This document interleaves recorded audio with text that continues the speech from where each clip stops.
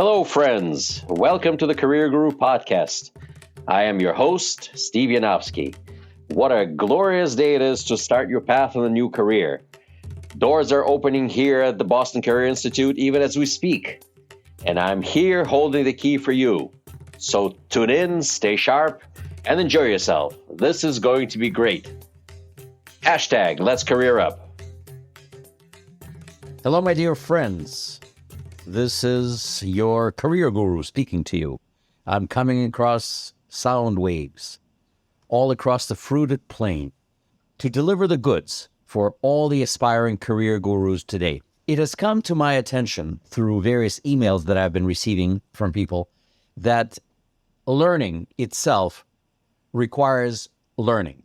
So it's imperative for us to learn how to learn. And I decided to devote several episodes of the Career Guru podcast to the actual process of learning, how to learn, learning to learn, which is a big deal for us adults. We have long since forgotten what learning is all about.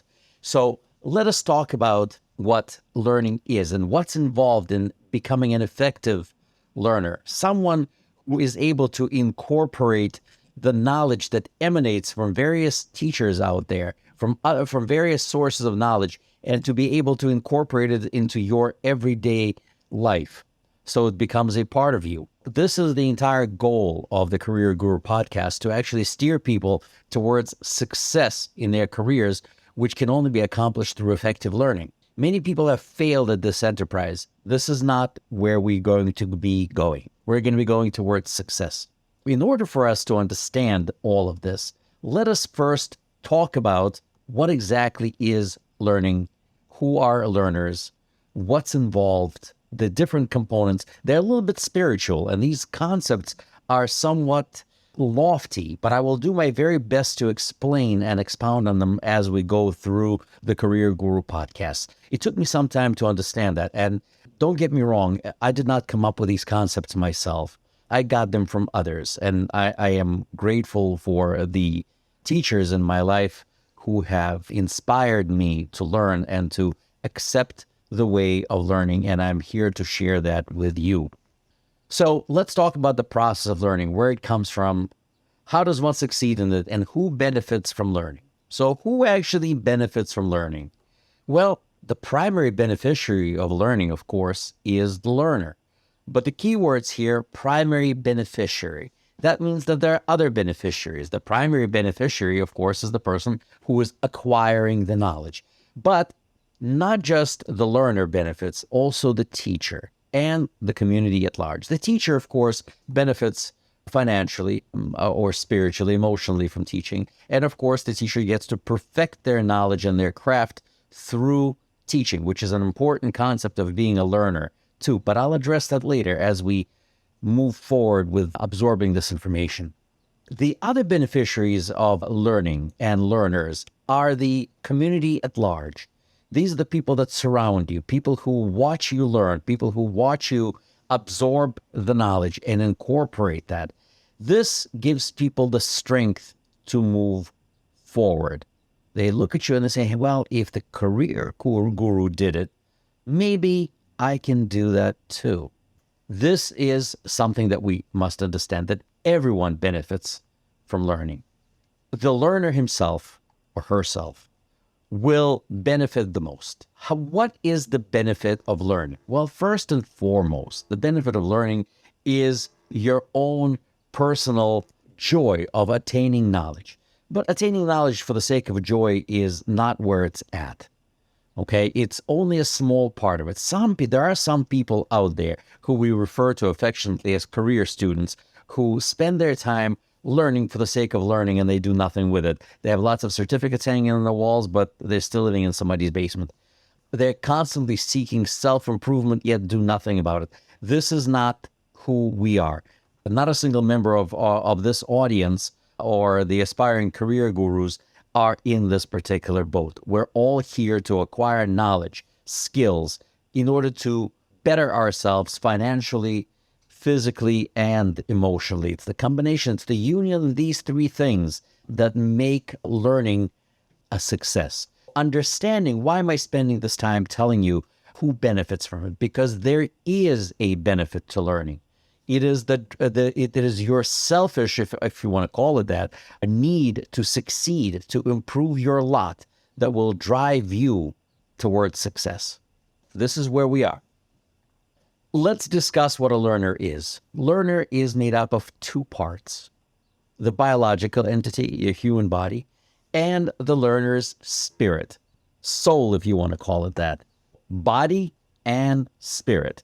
Body and spirit. I'm going to try to stay away from spiritual conversations, but yet one cannot deny the fact that body is body and spirit is spirit. And the two must work together to achieve success in learning.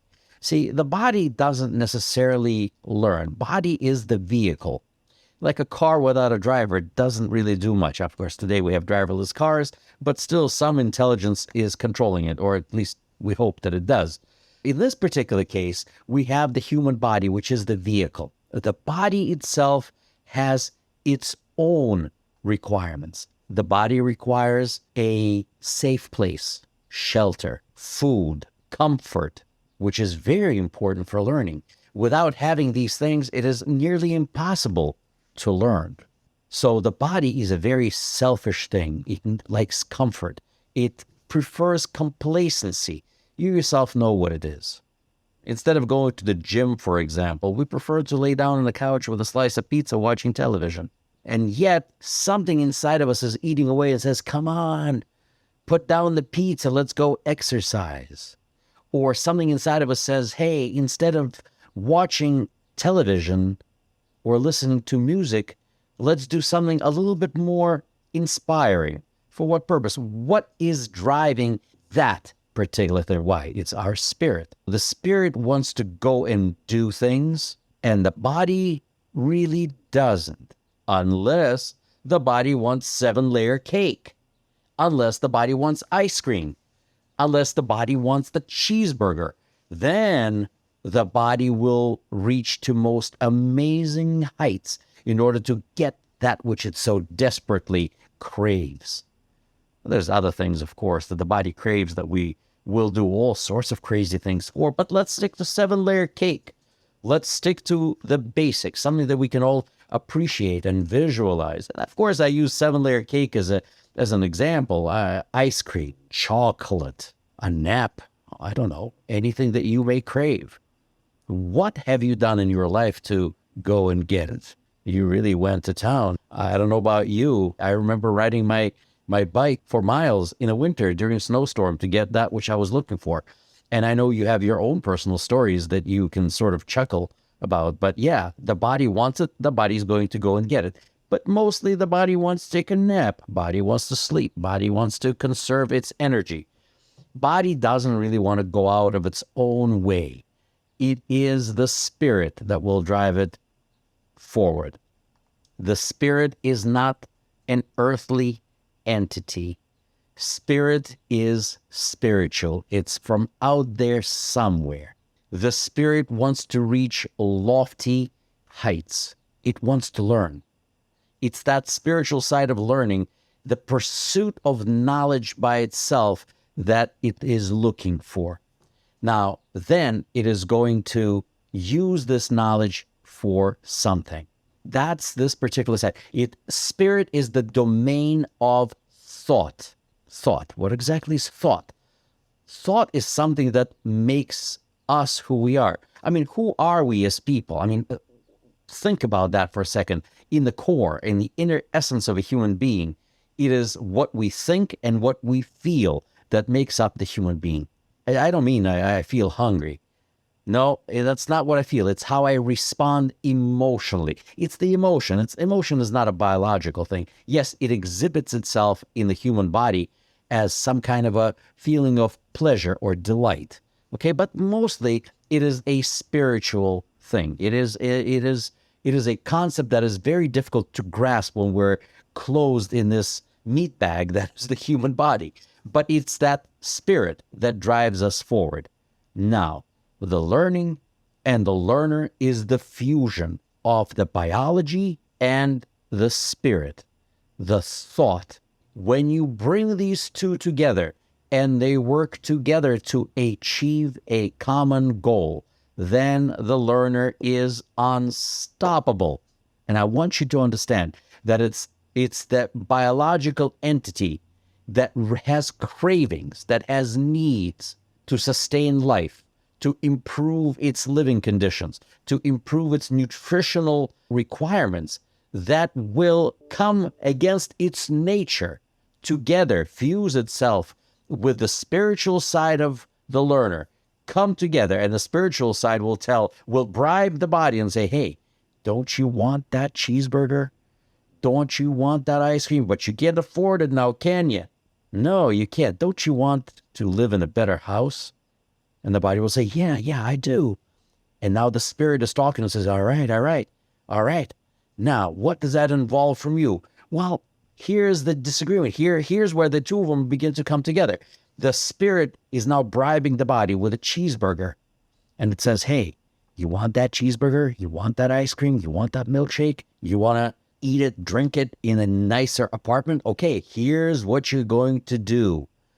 And then make a deal, the two of them. Say, okay, I'm going to plop myself in front of a book or in front of a computer screen, and I'm going to devote my time. Instead of watching television, I am going to sit in front of a learning material. I'm going to listen to a guru like yours truly, who is going to go on and on and on, sharing his or her knowledge in cyberspace or in person or via a book. And you're going to sit there, the human body, while the soul, the spirit, will receive its nourishment from the information that is out there for you. And the body is going to go out of its way. It's going to forego going out and eating that sandwich. Or it's going to eat that sandwich while it's reading the book. Or it's going to eat the sandwich while you're driving in the car, going to work while listening to someone's lecture. It's this particular deal when the spirit joins the body and together they drive forward. That's what generates success in learning. Your success is assured when the body is taken care of and the spirit is taken care of, and they're going about it together to achieve its common goal. Otherwise, the two are completely and totally disinterested in one another. The spirit is not interested in biological pleasures. The spirit is not interested in earthly pleasures. Just like the body says, I couldn't care less about your learning. I couldn't care less about your lofty ideas. I certainly don't care about that. But together, when one bribes the other and says, hey, do this for me, and I'll certainly get you the ability to purchase that burger, and you'll be eating it in style in that new car after you get that raise at work. And the buddy says, yeah, that's great. Let's do that. Now that we talked a little bit about this, let us talk a little bit about the actual spirit. What is that spirit of learning, that non-physical, non-tangible side of the learner, which is that thing that's going to absorb all that knowledge? Very hard to quantify spirit. Spirit is spirit. It is some kind of energy, but it's much easier to understand it. Think about it in these terms. Spirit can be clothed or dressed in 3 garments. While we can't see what that spirit is, that driving force, we can certainly, it's like the invisible man. The invisible man from the book is invisible unless he puts on a coat, right? All right, you've seen it in cartoons or in movies, an invisible man puts on a coat and all of a sudden you don't see arms or legs, but you can see the coat walking around. Well, imagine a spirit having 3 garments by which the spirit expresses itself. See, spirit is able to express itself from the human body, from the learner's perspective, through these 3 garments. They are thought, speech, and action. All of these 3 things are the domain of the spirit. This is it: thought, speech, and action. In other words, when you're learning, and we're still talking about learning, even though these topics are highly spiritual in nature, we find evidence of this in almost all of the religious writings in every faith. Thought, speech, and action are the attributes, are not the attributes, they are the garments of the spirit of the learner, or spirit in general. Thought, speech, and action. Thought, it's that constant, ever-present, always on source of knowledge that's always present. It's on all the time. It doesn't sleep. It doesn't require anything. It's there. By thought, I also mean the source of knowledge. You see, knowledge is always all around you. It's there all the time, and it connects with your ability to think. We think when we sleep. That's why you have dreams. This thought, the emanation of knowledge from someone, just like you're sitting listening to me right now, this is the emanation of knowledge for you, and it connects with these receptors that are saying, yeah, give it to me. Give it to me, guru. I'm here, and you'll be thinking about this all the time. Now, speech. Speech is an interesting attribute. Speech is the repetition of what it is that we have just heard. You see, you know that expression, in one ear, out the other? It's true unless you repeat that which you just heard. And that comes through speech. Thought, or the emanation of knowledge, is important, but it's wasted unless the learner speaks it. It doesn't exist. I mean, does a tree make a sound if no one is there to hear it?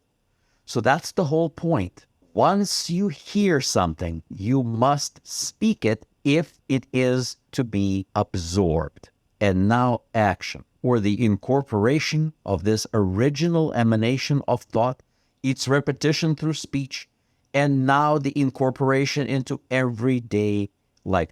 How does that sit with the learner? How does the learner experience or3? It's easy. You first hear the knowledge. Then you repeat the knowledge, meaning, hey, do your homework. And then action. You incorporate it into everyday life, which means teach somebody else or start using the knowledge in everyday life. It's an amazing thing. I make great pancakes. My kids love my pancakes. How did I learn to make them? Well, my mother showed me how to make pancakes. After that, I tried to repeat making these pancakes. I wasn't successful the first time.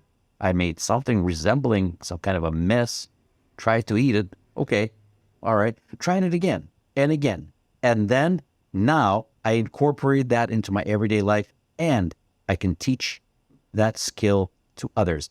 Now I can make pancakes in my sleep, as well as many other things. But how did that work out? Only through these 3 garments of the spirit: thought, speech, and action. This is how we put it all together. I've been speaking for a while now. This is our introductory episode. This is our introductory lesson, if you will, in how to properly learn and absorb the information. I'm not going to bore you with too many details, but I will bring a little something into which is going to serve as a segue into our next episode of Learning to Learn. And that would be, how do we start? And in here, I'm going to quote the book of Psalms. Yeah, every so often I peruse the book of Psalms. There's much knowledge, much wisdom in there. And in the book of Psalms, 34:14, it says, turn away from evil and do good. Seek peace and pursue it. Turn away from evil and do good. Seek peace and pursue it. Wow, powerful stuff. But how does that work for us as far as learning is concerned? Well, let's make a minor change. Let's take these words and change them just a little bit as it pertains to learning. Turn away from failure and embrace success. Seek knowledge and pursue it. Turn away from failure and embrace success. Seek knowledge and pursue it. What is failure? I can define failure as complacency. That's following the body's desire to conserve energy. Not doing anything is failure. Nothing good ever comes from doing nothing. So when you turn away from failure, when you turn away from complacency and embrace success, seek knowledge and pursue it, that's where it's at. It is the simple act, as the Psalms say, turn away from evil and do good. Very simple, just turn away. And once you turn away from complacency, you already took that original, that first primary step towards your success. You have already succeeded, as a matter of fact. The moment you walked away from being complacent is the moment you succeeded. That is success in and of itself. If nothing else happens, you have already succeeded from walking away, from turning away from complacency. With that in mind, success is within your reach. That's where you are. And now you're on to seek knowledge. And that's where you're going to be. That's what's going to happen next. As soon as you turn away from complacency, as soon as you turn that first step towards success, you have already succeeded. And that, my dear friends, is the initial step to learning. We're going to talk about the speech repetition or action or incorporation into everyday life. This is going to be the focus of our following episodes on this topic. But for now, I want you to understand that there is this dichotomy within the human being between the biological side of the learner and the spiritual side of the learner who wants to succeed. It is something that you must bring together, and the two of these entities that really don't want to be together. They don't want to hang out together. They got nothing in common. One wants to chill and eat pizza, watch a mindless TV show, and the other wants to accomplish something lofty and spiritual and exciting. Nah, they don't get along unless they find common ground. That common ground is your personal, it's your ability to improve your life, the quality of your life, better food, better shelter, better vibes all around. Everybody's happy when your body is happy. And then the elated spirit, when they come together, there's no stopping it. That's why people want to dance at happy events. The body's happy, the spirit is happy. And in our case, as you achieve the primary goal of our career success, of learning for a better career, that's going to be that joyous event when your body and spirit are together, working towards a common goal, learning, succeeding, thriving. And on that note, I will end my first episode of this series, and we'll be back soon with the actual step-by-step instructions on how to learn. Well, friends and aspiring career gurus, this was fun. Thank you for tuning in. I feel enlightened, I feel empowered, and I'm feeling grateful that we spend time with you. For more information about Boston Career Institute, please visit our website, bostoncareer.org. Boston Career Institute has 3 campuses located in Brookline, Massachusetts, Malden, Massachusetts, and Lowell, Massachusetts. Call our toll-free number, 888-383-6058. For questions, comments, and or information about our podcast, email me at thecareerguru@bostoncareer.org. The Career Guru podcast is available on Apple Podcasts, Spotify, our website, bostoncareer.org, or wherever you stream your podcast. Subscribe, stream, rate, and review our shows. Your rating and reviews help our show reach new audiences. Produced by PodPro Entertainment, the Career Guru lives within a network of podcasts located at podproentertainment.com. # the new radio. Looking forward to seeing you soon. All the best to you. My name is Steve Yanovsky. I am the Career Guru. May God bless you. # let's career up.